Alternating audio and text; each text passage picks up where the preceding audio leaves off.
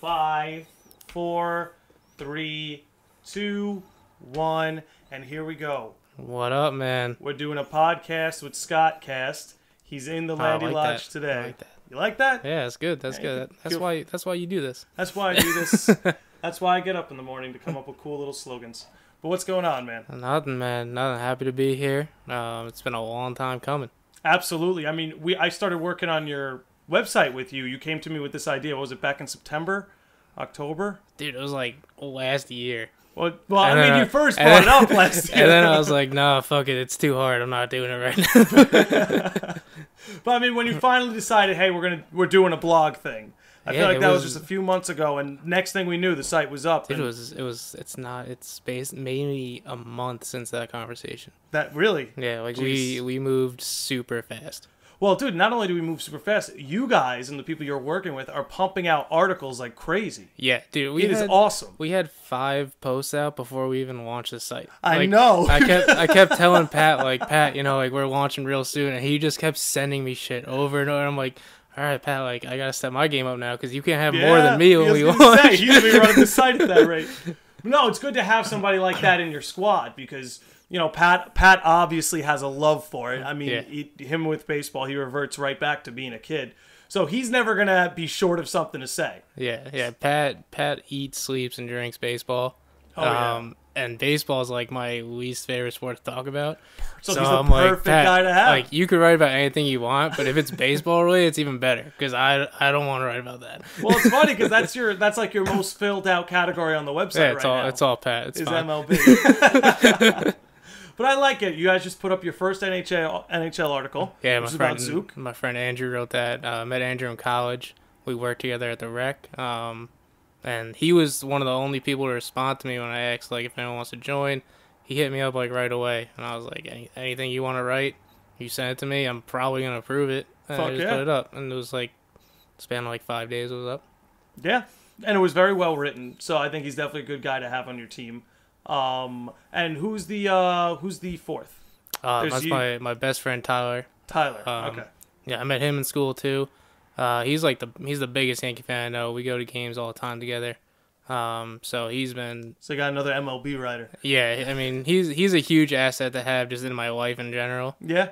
Stand-up fella. Yeah, and then to have him help me out with the site is even better. Well, shout outs to you, Tyler, if you're listening. He better listen. I'm gonna make him. Is that gonna be mandatory for the end of the bench squad? They have to listen. I'm seeing him this weekend, so he's gonna listen to it whether he knows it right now or not. We're just gonna play it. Okay. Well, what do you guys got going on this weekend? Just going up to see him for the holidays. Oh, sweet, man. Where does he live? Connecticut. Okay, so that's where you went to school, isn't it? Yep. Okay, sweet. Well, let me ask you. Let's jump right into it. The NFL's insane. There's no favorite. There's no. I mean, if you had to pick, what's your Super Bowl matchup right now? If you had to pick, which I know it's hard, but if you had to pick a Super Bowl matchup right now, who do you think it's going to be? I'm gonna go with the Saints and from the NFC. Saints in the NFC, because I think it's gonna go through New Orleans, and I don't see a team beating them in New Orleans. And then from the AFC, it's so tough as a Jet fan to say this, but like I don't care how bad they looked on Sunday. I can't pick against Tom Brady. You're still like I just can't. I can't pick. Man. I hate my life so much for saying that right now, but I just can't. I can't not pick Tom Brady. Well, I mean, he's done it time and time again. He's an anomaly. He's only getting better with age, even though this year seems to be a little slower. Yeah, which is good news. I mean, we haven't reached that Max Kellerman cliff. Yeah. I don't know if we're going to reach that for a while, but, you know, he's slowing down. I don't know. I think the Chargers are going to pull it off in the AFC. I would love to see the Chargers pull it off. I want Phillip Rivers getting his ring. They seem to be the hot hand. In the NFC, I mean, New Orleans is going to get the home field advantage. I'd be shocked if they didn't. Yeah. But it's hard not to pick them. I'd like to say Los Angeles could pull it off, but I don't know. Fucking Foles just dismantled them. Dude, Foles? They've lost 2 of their last 3. Let me tell you something about Foles. Yeah, let's go. Bring it on. Dude, I was watching the Eagles game on Sunday, and I saw this thing. The Eagles, like, they can get in if they win out and the Cowboys lose out. They win the division, or if they win out these last 2 and Minnesota loses 1. But not even that. I just saw the win out and the Cowboys lose out part, and I was like, my dad's a Cowboy fan, and I'm like, that one. That's definitely going to happen. Dude, That's definitely going to happen. Honestly, I think the Giants would beat them in Week 17. Yeah. I think Dallas would choke probably, in Week 17. Probably. And who do they have this week? I have no idea. You have no idea? No, I run a pick'em week, but I have no idea the games. Bro, I think I'm one and done with pick'ems, not participating and winning. Because I finished top of the league last year. Now I'm 28th. Well, you're trash. You're the reason why we changed the league to spreads. Yeah, I know. When you told me, I won because all I do is pick favorites. All I do is pick the favorites. I'm like, all right, well, spreads are in now, so good luck with that. It didn't go very well. No. So I'll have to apply a new technique next year. But when did you start that? Was the pick'em the first year last year? And what's the drive to do the pick'em? Being that you're not only running your own sports blog site, you're the commissioner of your own NFL pick'em. So where did that come from? Pick'em started when it was just me, James Buccio, and Matt DeFranco. We just did a 3-person pick'em. Wow. I did it all on Excel. I'd put a list together of all the games that week, and I would send it to them. They would pick. I'd put it on Excel. I'd send the Excel out. Like, this is who you guys got. And we just did straight up games, no spreads. It was like $20, and then winner take all. And that was the only year I won. Well, how long ago was that? So then that was 2 years ago. Okay. So it hasn't been much time. It's not like that happened when y'all were in 8th grade. No. So then last year we said, like, fuck it, we're gonna do this on Yahoo, and we're gonna make it explode.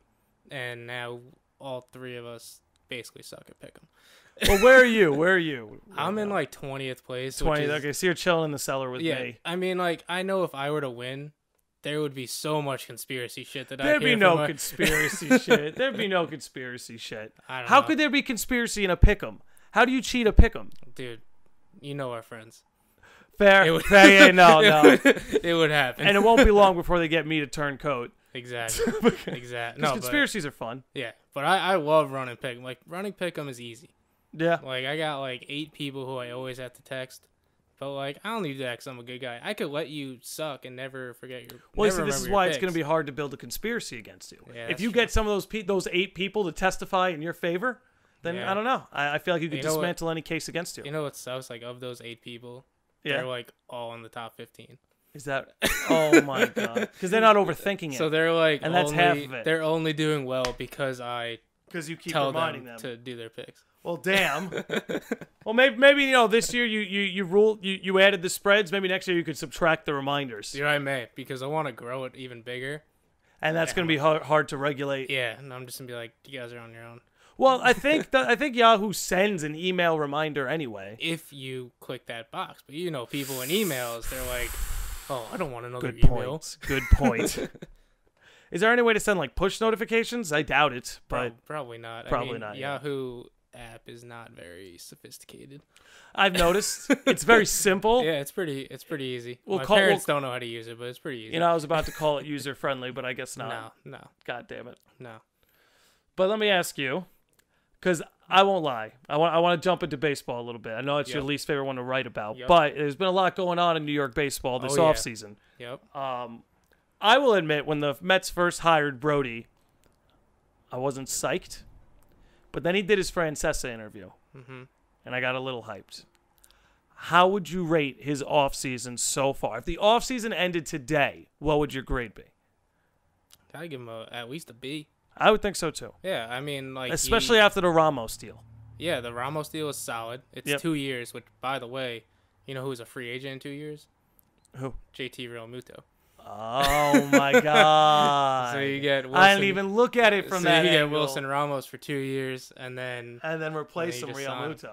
Yeah, that's excellent. And that, I mean, like, he acquired a person who is your best hitter now on the team, in Robinson Cano. You think Cano is better than Cespedes? Yeah. Really? Yeah. I don't know if I'd agree with that. A healthy Cespedes, I think, is better than Cano. Well, you're not going to get a healthy Cespedes till, like, maybe August. So, man, is it really that bad? Yeah. I thought they'd at least get him back by the All-Star break. I mean, even when Cano, like, when he got back from steroids, he still hit, like, 300. Yeah. No, so, honestly, he's one of the most reliable and dependable people in the game. Yeah. He'll be on the field. The guy seldom misses a game, except now he's a Met and in his later years, so he's probably going to blow out a knee rounding second. He'll tear his ACL. I'll give him till June. But do you think Brody's done, or do you think there's another splash coming? Or do you think that's it? He's got his lineup. He got his catcher. I think There's rumors they're going for Moustakas. That wouldn't be bad. I've wanted Moustakas a while. I've wanted Moustakas a while. And honestly, I mean, Moustakas just never gets any love. Never. So he could get him for super cheap. You know something? That's the Mets' way. If we can get him for super cheap, we'll get him. It's fine. Well, especially if you don't have to give up any prospects either. Yeah. But I remember back when the Mets were in the World Series in 2015 and Moustakas was on Kansas City. Mm-hmm. I remember I forgot whose head Noah threw at, but there was some tension between the teams, and Noah threw at a guy's head.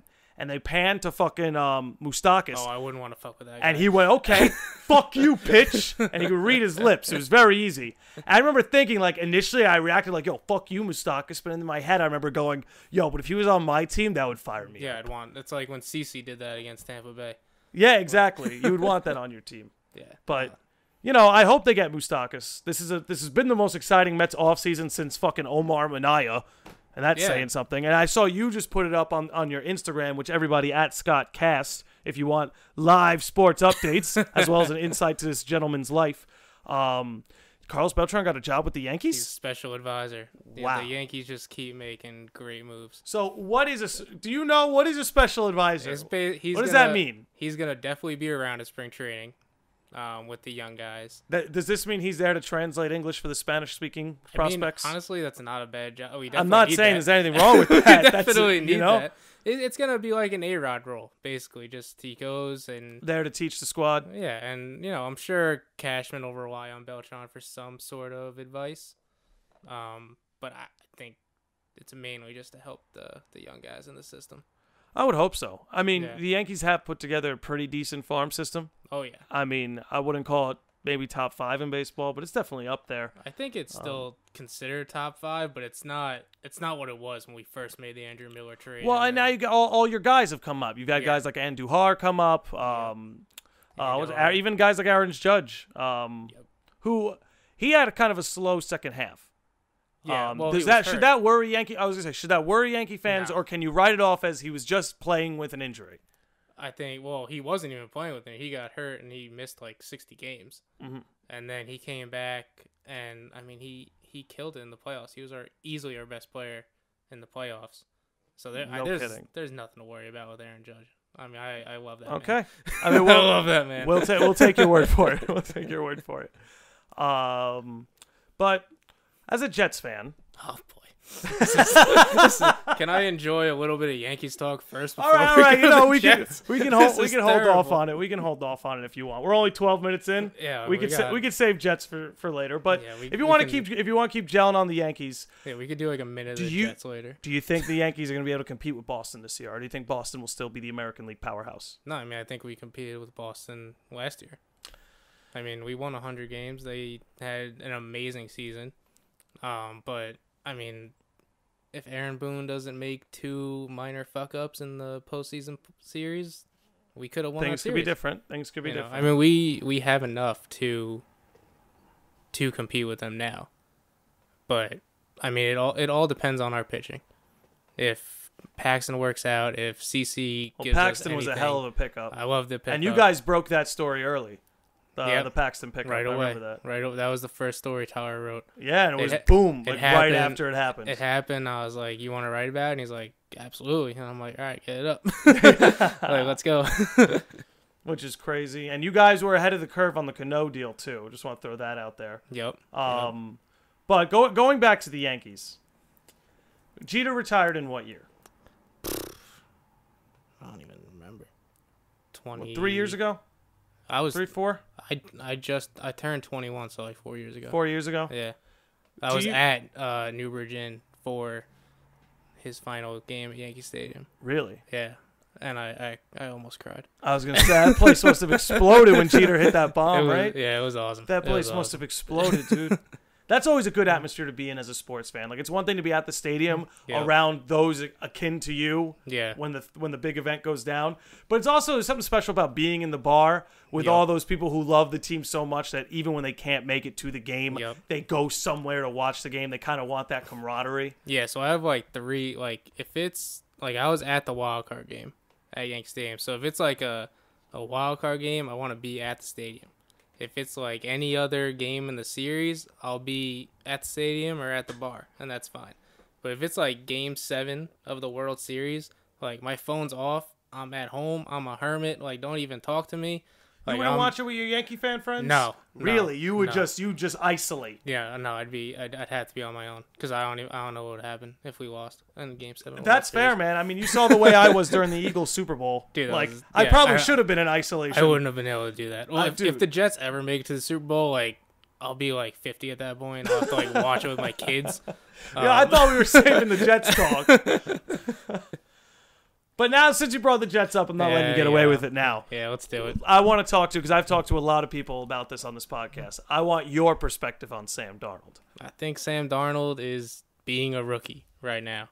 I think he's shown glimpses of things that he can do really well. He's shown glimpses of things he has to work on. Mm-hmm. But he also has, like, not a lack of talent around him. He has, like, zero talent around him. Basically, I wouldn't disagree with you. I mean, like, Robbie Anderson's a nice player. Quincy Nunez's a nice player. But, like, I mean, what are we talking about here? Like, who? Yeah, he's got no one to throw to. He probably got threw no one to better protecting people him. at high school. I was going to say, he's probably been throwing to better people on defense. Yeah, probably. Which, I feel like the major criticism about Darnold has been his interception numbers, and I don't think that's a fair criticism. Yeah. Because historically, a rookie quarterback's interception numbers are always like grossly inflated. Yeah, and I mean, he had high interception numbers at USC his final year. Mm-hmm. So, like, do you expect it to be better when you play better talent? Like, no. I don't understand what people wanted right away. You should have known what you were getting into. He's got a wild gun. Yeah. But he's got a good throw. Yeah. I was watching Cam Newton last night, the Panthers-Saints game. And, one of the announcers brought up a good point, is that he's all arm, man. He's all upper body. He doesn't throw with his leg. No.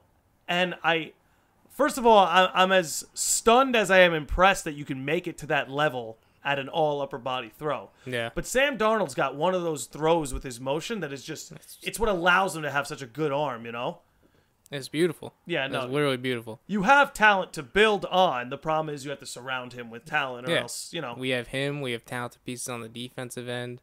But we need weapons. And that's why we got $100 million in salary cap for this offseason and a good draft pick.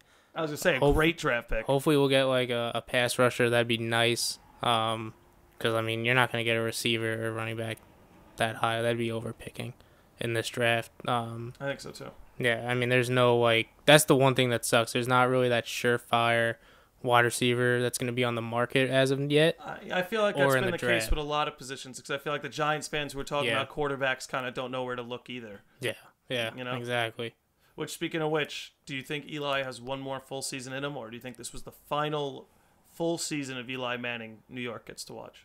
Full season? Yeah, was this year the final full season of Eli Manning, or do you think he'll get 1 year to kind of mentor in the new quarterback next year? So I'm going to say it's his last final season. Oh, it's his last full season? Last full season. I think he's going to be back on the Giants next year. I feel like he has to be. I think the Giants will draft a quarterback. They should. And Eli will play most of the year. It probably won't go well. And then they'll bring the kid in. Okay. Now I think that's how it's going to happen. Now you tell me, Eli Manning, yay or nay, greatest quarterback in New York history? Oh, my God. In New York history. You and your Eli love. I'm just asking a question. I mean, in New York history, that's not, like, saying a lot. Yeah, it's not. Like, I don't know if I want to belittle Eli that. I'm not saying Denver Broncos history. I'm not saying Pittsburgh Steelers history. I am asking New York football history. Yeah, I mean, I don't know, like, historic. Is he our flagship quarterback as a state? To me, he is. I mean, I don't know historic football well enough to, like, tell you about Joe Namath. Well, Namath's numbers definitely aren't anywhere near Eli's. I'm going to go out on a limb and say Eli's the best quarterback New York has seen.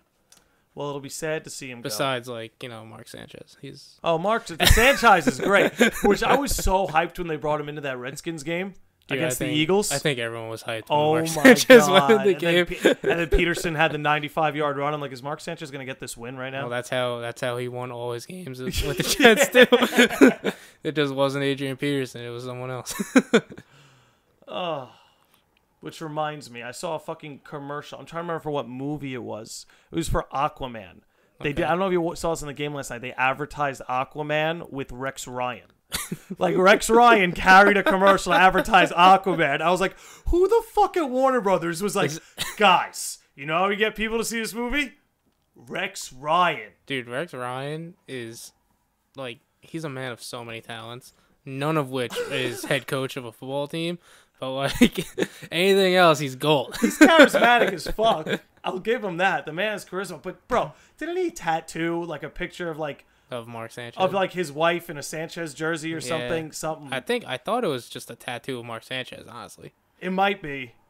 Oh, that'd be so weird. Imagine Rex Ryan is, like, the one of 3 people in the world with a Mark Sanchez tattoo. You know, well, first of all, why are there 3? You got to think there's 2 fucked up Jets fans out there. Second of all, I hope he didn't remove it. Like, I want him to take that to his grave. I hope he does, too. I hope he does. I hope when they dig him up in, like, fucking, 300 years after society's collapsed, they just see a shade of the legacy of Mark Sanchez. Dude, I hope he has more. Like, we only know one, but he has, like, this whole, like... I want to have, like, this whole shrine of Mark Sanchez on his back. I want to... Like, that would be insane. I want to believe he had some kind of, like, voodoo totem for Sanchez that he kept. As long as the totem was kept safe, the Jets would thrive. He had a fight with his wife one night, and she, like, threw it in the toilet. And that's when the butt fumble happened, and it all began to collapse. Which was Rex Ryan even the coach during the butt fumble? I can't even remember. It sounds like something he was the coach for. I would think so, considering neither. I mean, but I don't think Mark outlasted Rex Ryan, so I think they were always intertwined. I would hope so, considering the tattoo. Yeah, no, could you imagine? You get the tattoo and you're like, hey, Rex, you're fired, actually. Because, like, we're a little concerned about your mental health right now. So we're just going to let you go. He's got like Sanchez bobblehead on his desk. Oh, man. That'd be funny. Do you think the Jets are going to get a new coach? I hope so. You hope so? You're not a fan of this guy? Todd Bowles is literally, like, one of my least favorite people on the face of the earth. You think he's done after the year? Yeah, I think so. I would hope so. It sucks because I think Todd Bowles would be great as a defensive coordinator for this team because, like, I do see the guys wanting to play for him and, like, they actually do like him from everything I hear. But you can't go from head coach to defensive coordinator on the same team. And it just kind of sucks. It doesn't work that way. It doesn't work that way. The guys won't have respect for you like that, you know? It just kind of sucks because I do think, like, he would still have value in that role for us, but... I mean, you gotta cut bait. It's hard to get to that level without having some kind of value in the game of football. Like, it's hard to become a head coach if you really don't have anything to offer. Right. But I had my buddy Phil on here before, and he was saying the Jets historically have gone for defensive-minded coaches. Of course. Do you think it's time for them to move in another direction, maybe get an offensive-minded head coach? It's been time to have an offensive head coach. But yeah, I mean, if you draft a kid in Sam Darnold as high as you did, you'd be doing him a misservice if you don't. Well, I was gonna say, if you don't at least try to get the offensive guy. Like, it's one thing you try, you really love like 2 guys, they get jobs somewhere else, and you like gotta get someone else that's not an offensive guy. Like, that's one thing, but you gotta try. You got it. You've decided that you're gonna lead with the offensive foot. Yeah. You're deciding you're building the team around a guy like Sam Darnold. You want somebody there that's gonna be able to communicate with him and know, be able to create plays with him and. Whatever head coaches and QBs do. It's the most important offseason in Jets history since I've been alive. Since you've been alive. Yeah. What about the offseason where they got Favre? Did you you not think that would turn the whole franchise around? This is the most important offseason in Jets history since I've been alive. I hope so, man. Listen, I as an Eagles fan, I'm definitely look more kindly upon the Jets than I do the Giants. Well, yeah. Being that you guys aren't in my division. So I'd like to see the Jets do well. I mean, the Giants have won 2 Super Bowls in my lifetime. I think as a Mets fan, I know what it's like to be the lesser New York team, at least, in the era that you're born. So I'd like to see the Jets get a win or 2. Dude, me too. In fact, I have a secret thing that I'm rooting for. I want the Jets to win a Super Bowl before the Saints do, for reasons you and I exclusively hold on to. We have this fraud of a friend who claims he's a Saints fan. I would just like to see the Jets get the win. I had a friend of mine. I'll refrain from saying his name. I remember being there that night where he was a Giants fan his whole life, but then he turned coat and became a Patriots fan. And that same season was when Eli and the Giants beat the Patriots for the first time. And he deserved it. I remember looking at him, and he was just destroyed. It's like, he was already an atheist in 8th grade, so he didn't believe in much, but he thought he could believe in the Patriots. I mean, I don't blame him. Like, if there's one thing to believe in, it's Tom Brady. But but then you like to think that moment could have been his, to watch his team take down like the evil empire of the NFL. That's but hilarious. it'd be funny to see that happen again, but in a different pattern, I guess we'll say. So are the Jets your AFC team? Like, do you have... No, Cleveland Browns, baby. I'm Team Baker. We're going all the way next year. The Browns are going to win the Super Bowl uncontested. The other team's just going to forfeit the day of the Super Bowl. What if it's Browns-Eagles? Well, the Eagles will forfeit because what I think is going to happen, because what's going to happen next year is Carson's going to get injured again. We're going to learn that Carson Wentz is just an injury-prone quarterback, and we're doomed. But then Nick Foles will come in to save the day again and lead us to our third straight Super Bowl. It'd be an amazing story. Like, I would love for that to be true. I honestly would love for that to be true. No. Actually, what's funny about that, and I apologize, Joe, if you didn't want me putting this on air, but it's too late. I've already decided I'm doing it. So him and I had the bet last year, and he lost the bet to me. That was epic. So he put $20 on the Eagles about 2 weeks ago for them to win the Super Bowl, and the payout is $1,030. So he gets his money back. So if the Eagles win the Super Bowl this year, he gets his money back. That's worth it. That's almost the subplot I'm most interested in when it comes to football. But with that said, what I think is going to happen is, because Big Dick Nick owns Philadelphia, but then pictures of Baker Mayfield's dick are going to leak, and they're going to be bigger than Nick Foles' dick, and the Eagles are just going to forfeit. And that's it. Wow. That's some reason to forfeit. I mean, when your entire ego is based off the name Big Dick Nick, and then, Baker the Quaker comes in with a 12-foot dong. Is that his official nickname, or is that the Landi Lodge official nickname for Baker Mayfield? As an AFC Browns fan, yes, that's the name I'm giving. All right, that's fair. Baker the Quaker Mayfield. That's epic. So it was about a year ago. You said something quite profound to me. I'm not sure if you remember. You told me to meet up with you. You told me to meet up with you. We were going to Newbridge for one of the night games, and this is back when I lived in Merrick, and we didn't live very far from each other at all, so we just met up and we walked to Newbridge. I remember we were talking, and you were like, man, this is why I love sports. Because this was during the whole election cycle, and all that shit was going on. So this is 2 years ago, actually. Excuse me. And you were like, man, sports just give us something to get away from all that fucking bullshit.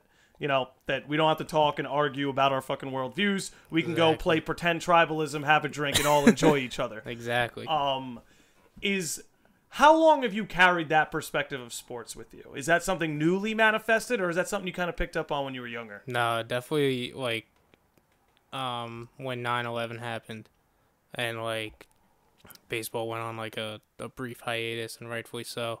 And then when it came back, I thought it was just exactly what the world needed, and I always I was in like third grade when that happened, so like I couldn't articulate what I felt, but like that's definitely when it started. Like looking back on it, like Piazza's home run is like the most iconic. Oh my god, it's like one of the most iconic moments in my sports life, dude. Like I remember.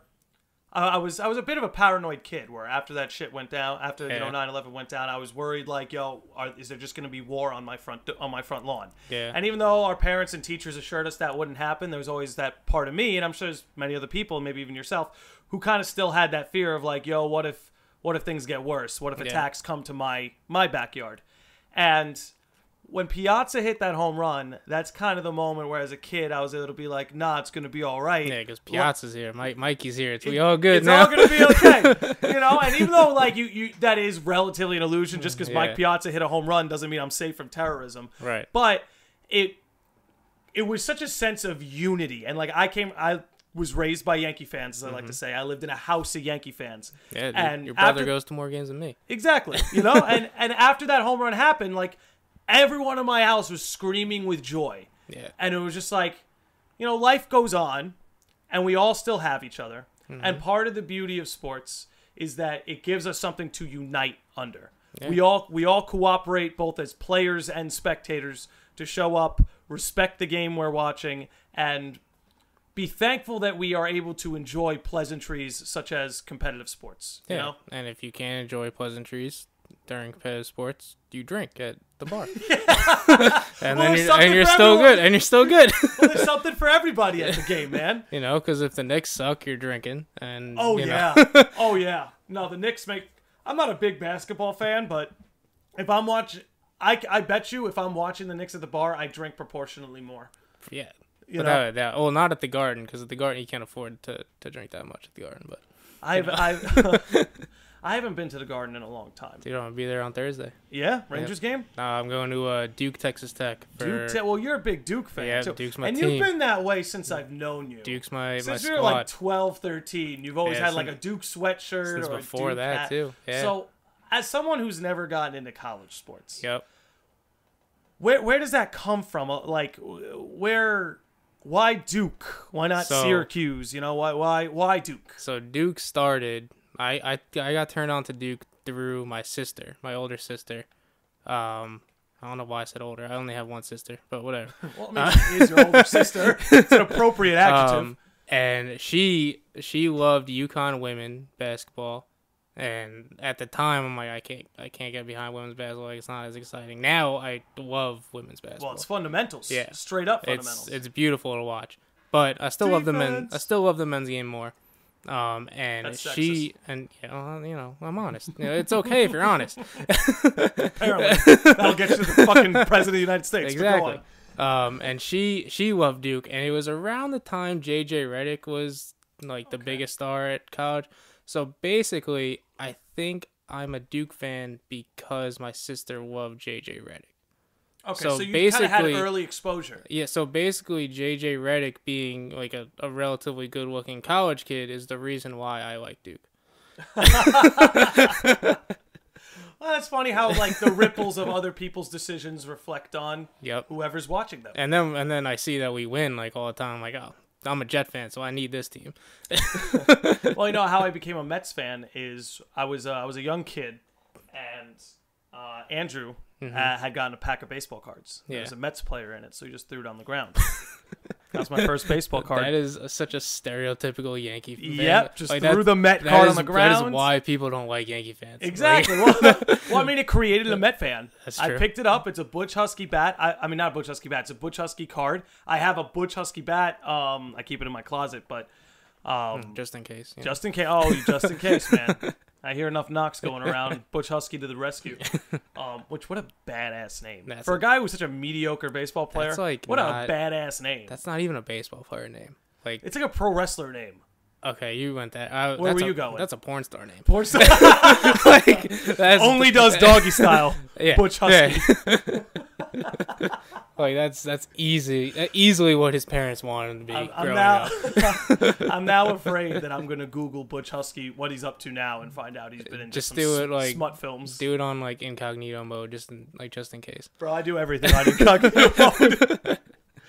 Like I told you, I was a paranoid as a kid. That hasn't changed.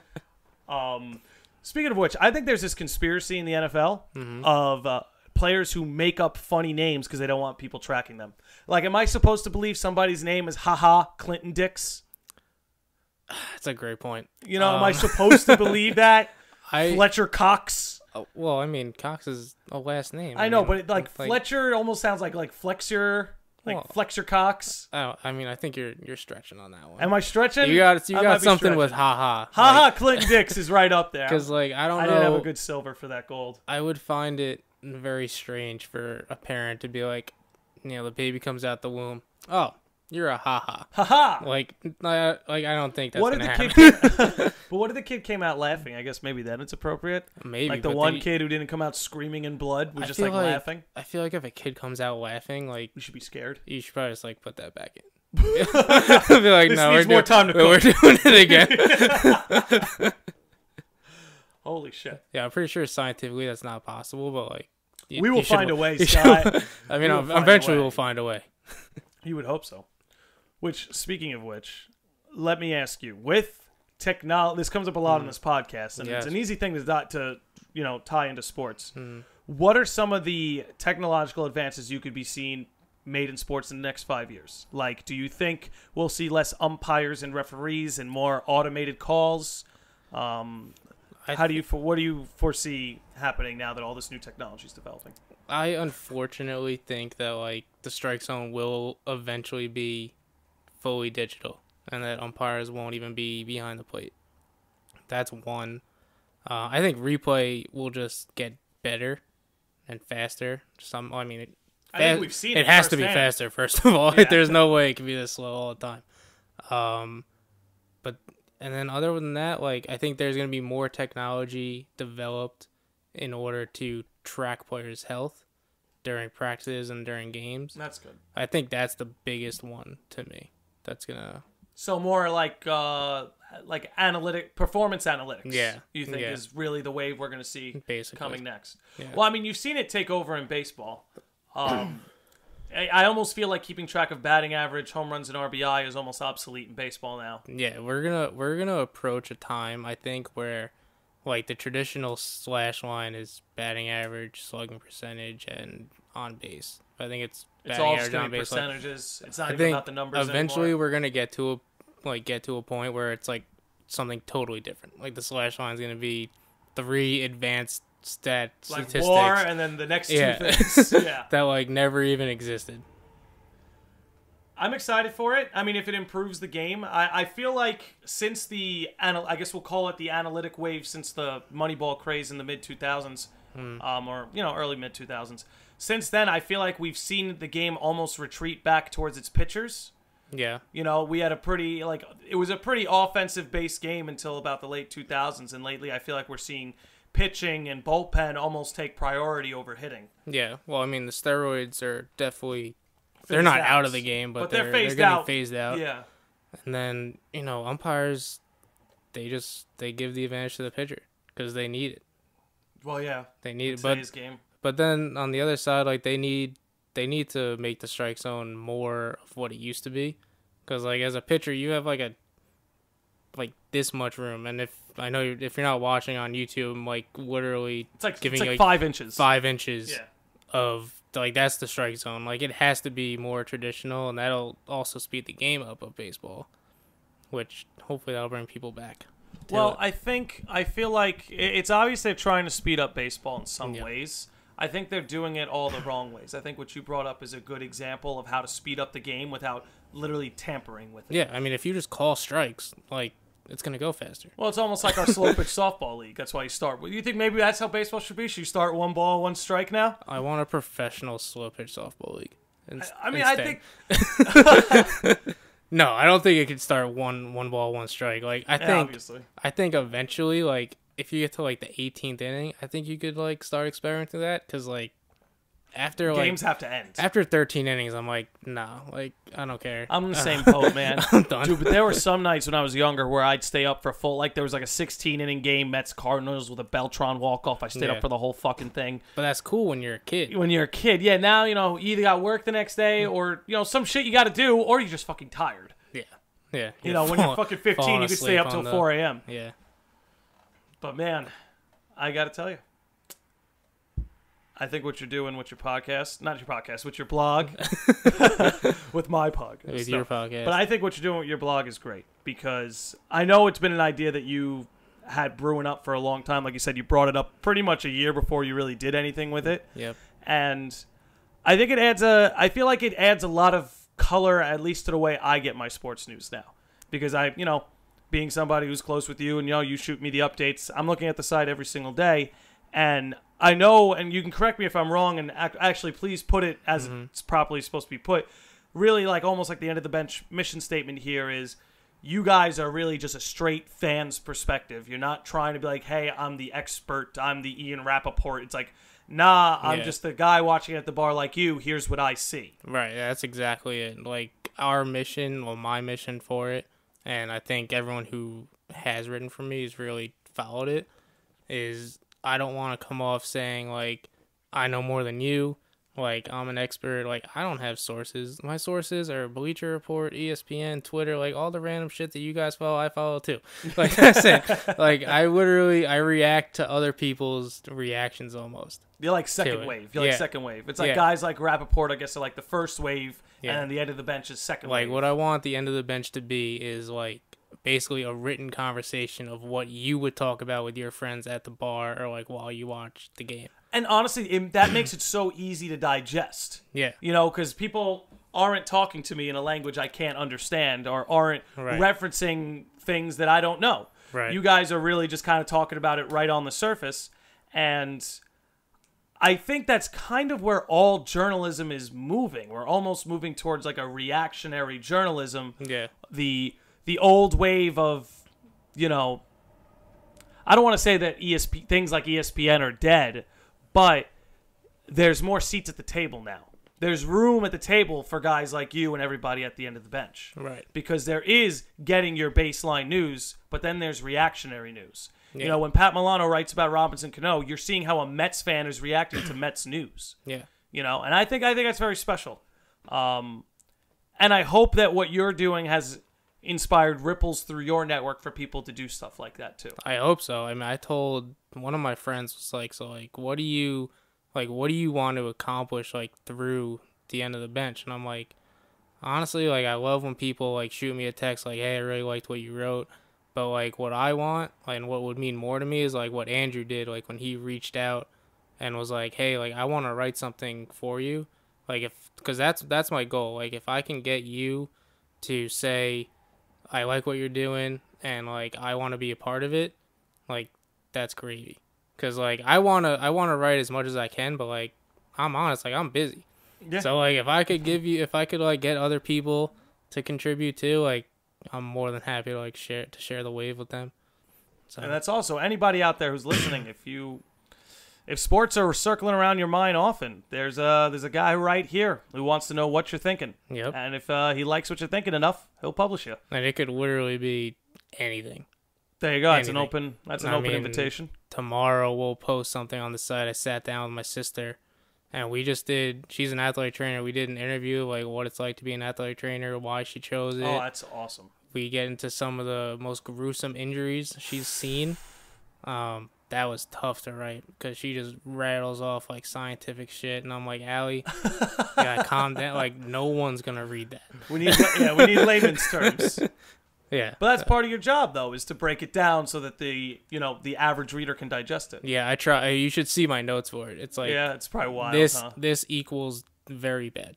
And then I tried to figure out a better way to word it. Well, let me ask you: before the end of the bench, did you write often? Or yeah. I wrote a lot as a kid. What were some of the stuff you'd write about? I used to like to write poetry, just about random shit that was going on. But then as I got older, it turned into more of a stress relief thing. So basically, like how you're starting to like stream your video games and stuff, like I would basically like if something was going on in sports, like I would write about it anyway, just like relax. Mm-hmm. So like I took the approach that you took, like I'm gonna do this anyway. So I might as well just share it. Yeah. And I mean, it doesn't cost me anything to do. I mean, I pay you because you're worth every cent. Thank you, sir. But that's it. I mean, so I'm helping out a friend and I'm doing something I like, and now I'm helping other people do what they like. Well, yeah. You're sending those ripples through a network, and you're absolutely right. It is a home run. But do you find that? Because I'm glad you said you did it kind of as a stress reliever. Yeah. Do you find writing to be a really good cathartic activity? Yeah, it's either writing or video games. Yeah, both of them do very well. Both are they're very engaging, Yeah, I mean, my mom told me, she's like, you've always been good at like finding like your center, like your piece. Like I have a good ability to be like, all right, like I gotta take a step back. I gotta like deep breath. I just gotta do something else. Mm-hmm. And that something else is usually writing or just fucking around on PlayStation. And do you find that creating a habit out of writing when you're stressed has helped you better formulate your thoughts during those stressful times? Like, are you more composed in your thoughts through stress because you've made a habit out of writing? It depends how stressed I am, because sometimes I just rabble on. There's a line. I guess there's a line. I have like documents on my computer. It's just like you would think I like dropped something on my keyboard. That's like how it makes no sense, but I just feel so much better after it. Well, you gotta vomit, dude.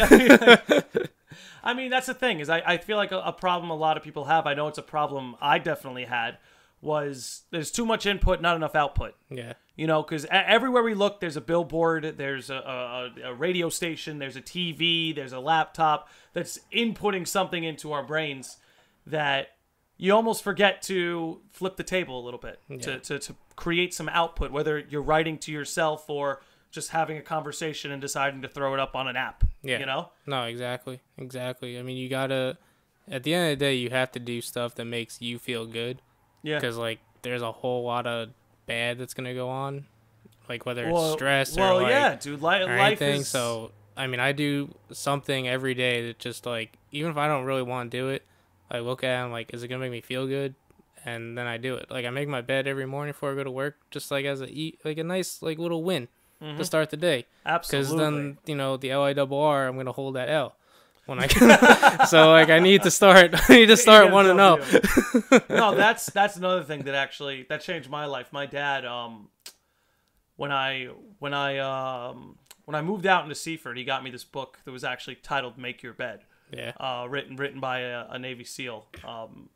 And it was everything. It's so funny. Everything you just said is exactly what he talks about in that book. Is the reason you make your bed in the morning is because you get the first win. Yeah. Before you leave your house, before anything, you get that first win, so that when you come home at night, the bed's ready for you. Yeah. So it's a win in the morning and it's a win at night.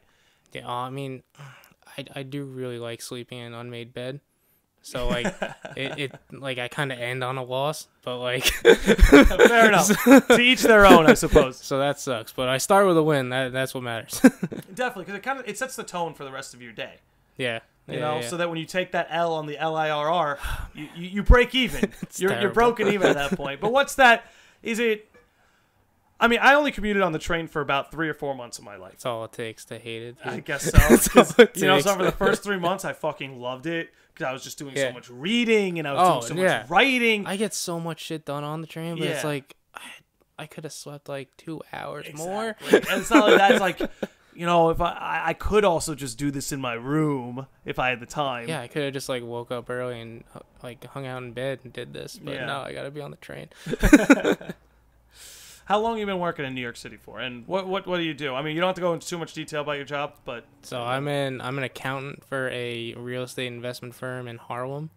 Awesome. So I've been Harlem on the come up, by the way. Definitely on the come. We just bought a 53 building portfolio all in Harlem. Wow.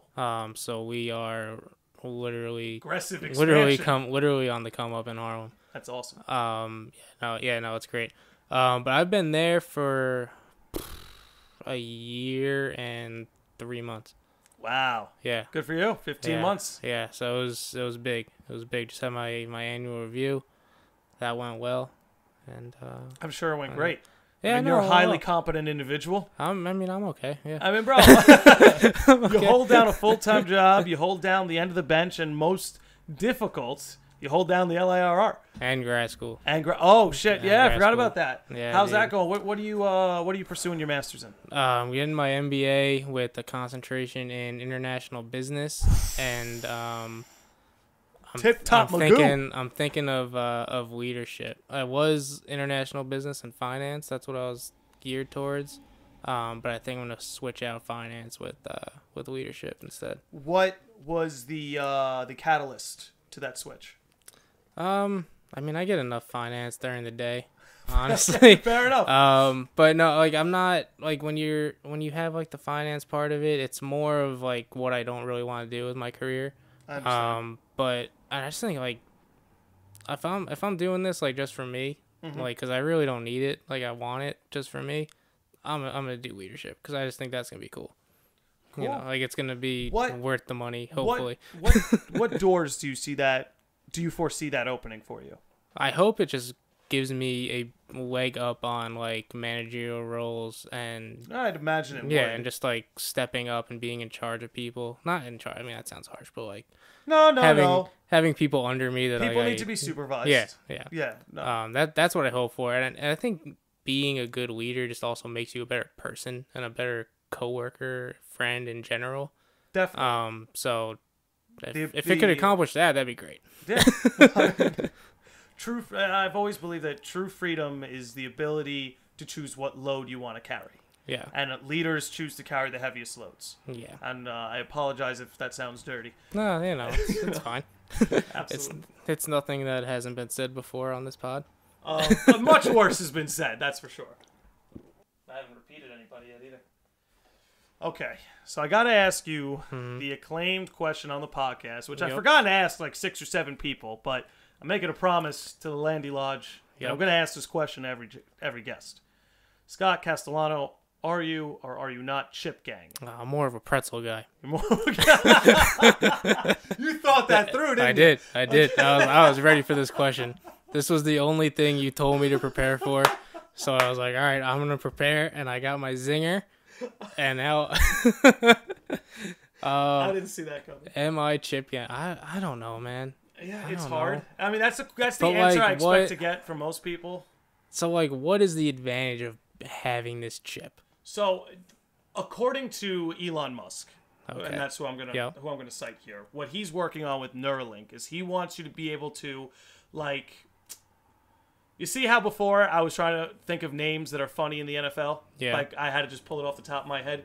With Neuralink, I'd literally be able to, like, scan the whole NFL roster in seconds because I have the power and the speed of the internet in my brain. Would I be able to predict LIRR fuck-ups so that I could work I could work from home that day? You'd probably telepathically know exactly what the schedule was the second you woke up. I'll be chip gang. You'll be It's worth it. It's worth it. There it is. All right. So, Elon, if you're listening, if it helps solve the LIRR problem, you're going to get a lot of people in the Neuralink. I got at least, like, my train was canceled today.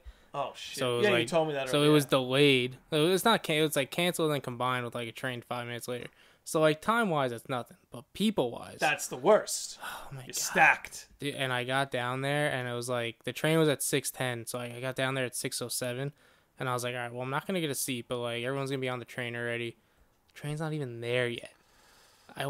It's like a fucking, like, jungle down there. Oh, man. And I'm just like... I can only imagine. Dude. I'm like, God damn, I got Landi's pod. So, like, otherwise, I would have went upstairs to Rose and be like, I'll get the next one.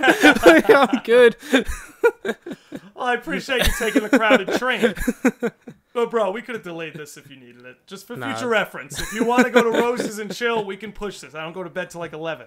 No, I got my Taco Bell. I'm good. There you go. What'd you get at Taco Bell? And classic number 9 Crunch Wrap and a taco and the Baja Blast. Classic. Oh, that's 2 staples right there. You gotta have Crunch Wrap and the Baja. You gotta have the Baja Blast. Bro, this has been a Kickstart house for a little while. Really? You get the Mountain Dew Kickstart. Oh, no, I've never had it. Nah. I missed the Baja Blast. I might go back to the Baja Blast. You gotta. But I gotta let you know a little secret. Mm-hmm. The best item on that menu is the beefy Fritos burrito. Yeah, it is. $1. $1. $1 fucking dollar. What I liked was the beefy 5-layer one with the red Fritos in it. Oh, I remember that, but they don't do that anymore, right? No, but it came back this fall for like a little. Oh, I had no idea. Because after the wild card game, me and Joe, we were like, no matter what happens, like, we're gonna either get beefy 5-layer burritos to cry or to celebrate. Either way, the beefy 5 layers are constant. So we celebrated with them, and it was like 2:30 in the morning. I drive Joe home with our food, and it's the best time to have Taco Bell. He gets like 3 burritos. I get a burrito and a griller, and we're sitting there, and we're like, how do we know which one the griller is and which one isn't? Like, and I'm like, oh no, I guess we're gonna have to like open up the wrap, tortilla, yeah. And then like it's like 3 weeks later, and I text Joe randomly. I'm like, Joe, the griller would have had the grill marks on it.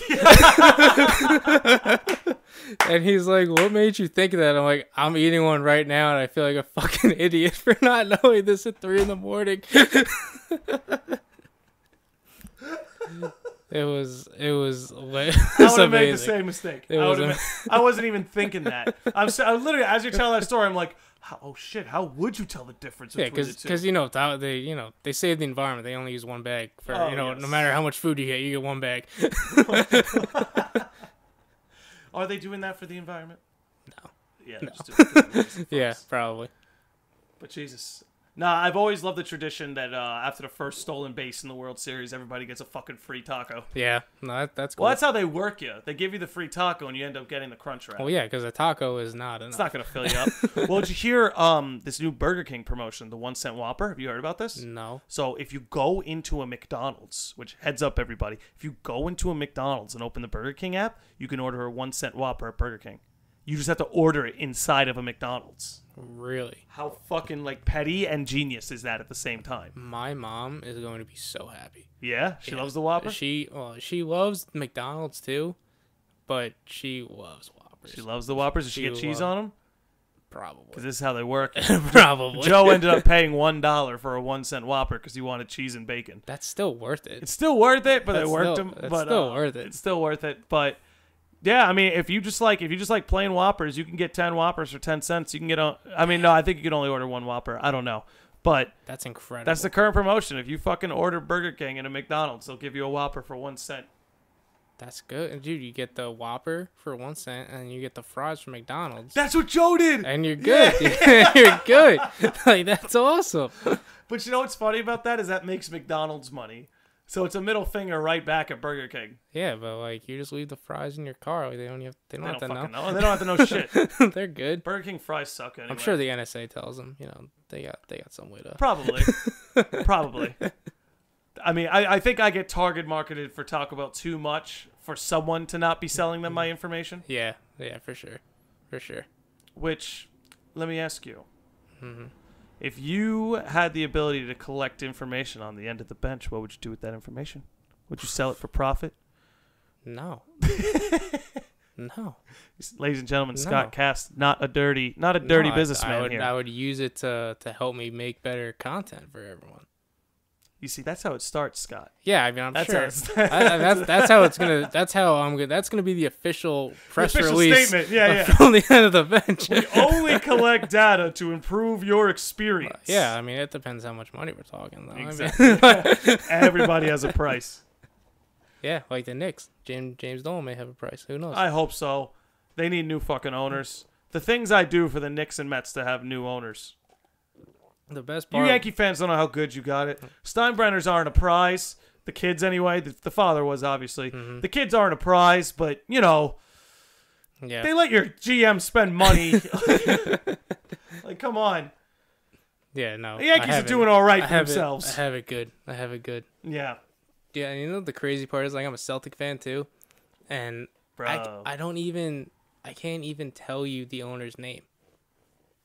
But I think that's a good thing. Like, I have this. Who cares? I think like it's kind of like refs. Like, if you know a professional ref's name, that's not good for them. Right. Like, that means they suck. Yeah. So, like, I know the Steinbrenners, but like that's a very influential family in baseball. Yeah. And like, it was on fucking Seinfeld. Like, you know the Wilpons because they're trash. Because they're exactly. Like, dude, I didn't care until they got ripped off in the Madoff deal. I was like, oh, great, you gave our money to a pyramid scheme. Exactly. Ticket prices going up. No, you're right. Yeah. Typically, if you don't know who the owner is, it means they're not. Yeah, unless it's like job. A store. Like, I mean, I can't even say a storied franchise. Celtics are a storied franchise, but definitely, like, if you're in like LA, like everyone knows the Lakers and stuff Dolans. Like that. Yeah, and the Dolans, everyone knows them.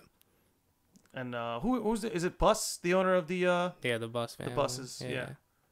Which I think her name's Jeannie Bus. She does a great podcast with Theo Vaughn. Really? Yeah, it's worth checking out. Nice. I'm a big podcast guy on the train. That's my thing. It's found time, man. That's my thing. It's found time. Yeah, that's when I listen to you. Yeah, that's when a lot of people listen to me on their commutes. Usually on the train ride home.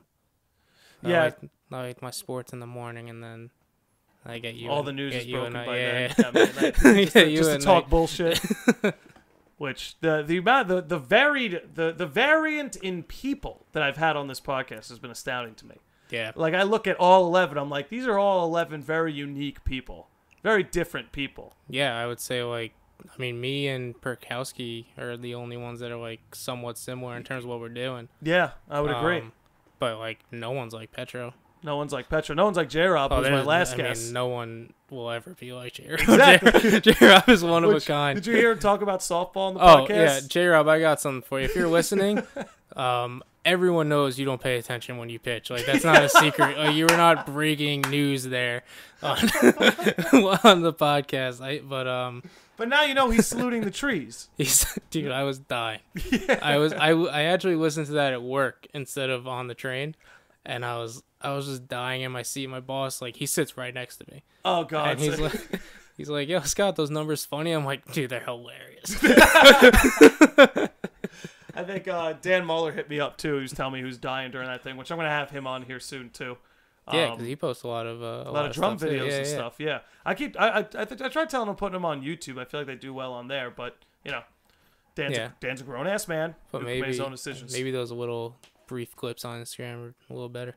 They're definitely better. Yeah. Like the YouTube is almost like a might as well thing. Right. But no, the clips it puts on Instagram are just awesome. Yeah. No, all the covers. I like listening to that stuff. Yeah. And I don't really like that music, but like anytime I see someone like my age doing something cool like that, hell yeah. Like it's well, awesome. what's cool about listening to videos like that with Dan is like you get to hear that song, but then you almost get to hear the drums brought to the front. Mm-hmm. I feel like it's a very interesting way to listen to a song. The best part for me is that I don't even know the song he's playing.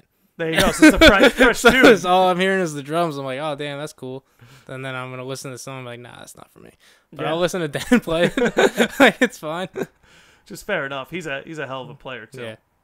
Great drum player. But speaking of softball, Me Seeks. to all the me Seeks listening out there, what is your favorite part? Being somebody who's usually a spectator of sports, finding a way, which I know you're also in a bowling league too, so you can kind of group that in with this. Finding a way now that we're older to still get out and play recreational sports. What importance do you find in still being able to do that? It's fun. Yeah, it's fun. Like it's not work. Definitely. Like Monday to Friday, everyone's working for the most part. Like you need that day. Like I love softball Sundays. Softball Sundays. Because I play in the summer. I play with us in the morning, and then I have my other team in the afternoon too. That's a sick day. So I'm just doing softball all day. Dude, that must feel good when you go to bed that night though. Yeah. You must sleep like a fucking rock. Monday's tough. I'd imagine. Monday's you don't have to climb any tough. stairs, do you? Oh yeah, I do. Oh man, okay. Dude, I'm playing this in Connecticut. I'm playing the softball tournament in January inside, and it's an overnight tournament. What? And when I say overnight, I mean like it starts at 11:00 p.m. and ends at 6 in the morning. What? Yeah, dude. You gotta take pictures and shit. I'm so excited. My friend told me about it, and I was like, oh damn, that sounds amazing. I'm like, dude. damn, I don't know if I'm like. The hours between 3 and 5, like those are gonna be rough. That is gonna be tough. Those are gonna be rough. You know what? Actually, that might be the time because I don't know. I mean, we've all pulled our all-nighters. There's usually a point, and I find this point at about 4:30, where your body and mind just say, "All right, fuck it. Yeah. I guess we're just doing this thing." Yeah. You know. Yeah. So who knows? Maybe by then you'll be in cruise control mode. Yeah. He said like they did one the other week, and they're like, "Yeah, we like napped in between games." I'm like.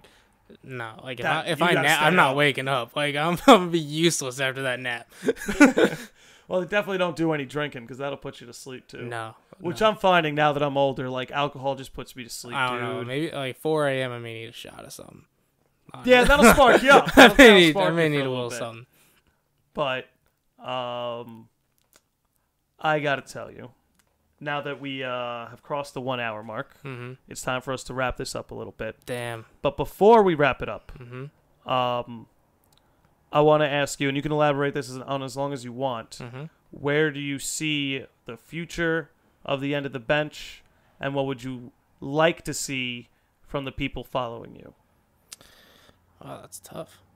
So for the future of the end of the bench, I obviously want to create more content than I have. I mean, right now we average like 2 to 3 posts a week usually. I want to get that up to at least 5. And I want to be able to tackle more sports than we have. We've kind of neglected the NFL. We neglected the NHL but you did put your first NHL article up this week. Yeah, right? having Andrew is huge because he's definitely a hockey guy. Whereas I try to be. I mean, I'm wearing the Rain shirt right now.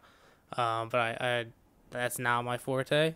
So really, like the goal for the end of the bench is for me to get more comfortable with other sports too, to be able to relay content out related to those,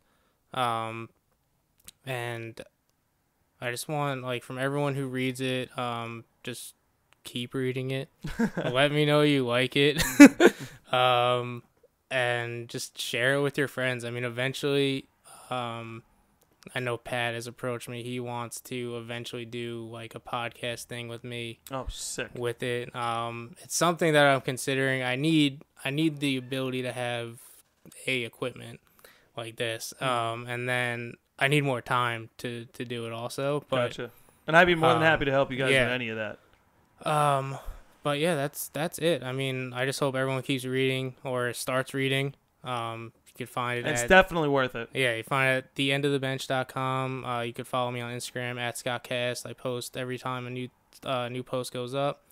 And I have a great interview with Allie up probably tomorrow morning for you guys to read. And she works in like athletic physical therapy, or she is no. See, that's part of the interview. Yeah, okay. She is an athletic trainer at SUNY Westbury and for the New York Lizards, which is a professional lacrosse team. I was gonna say it's a lacrosse team. Awesome. Yep. Is it New York Lizards or Long Island Lizards? It used to be Long Island, but it changed to New York. They want that New York market. Yeah. All right, good for them. Well, and they play at Hofstra, and tickets are mad cheap. So really, how much tickets? Like $10. But $10. But if you text me, I can get Allie to hook you up. Ooh, I hope you heard that. All right, so we're gonna wrap it up there. Everybody, that's Scott Cast. You can follow him at Scott Cast, and again, theendofthebench.com just for your sports updates. Scott, thanks for coming on. We're gonna have you on again real soon, man. Thanks for having me. Big fan.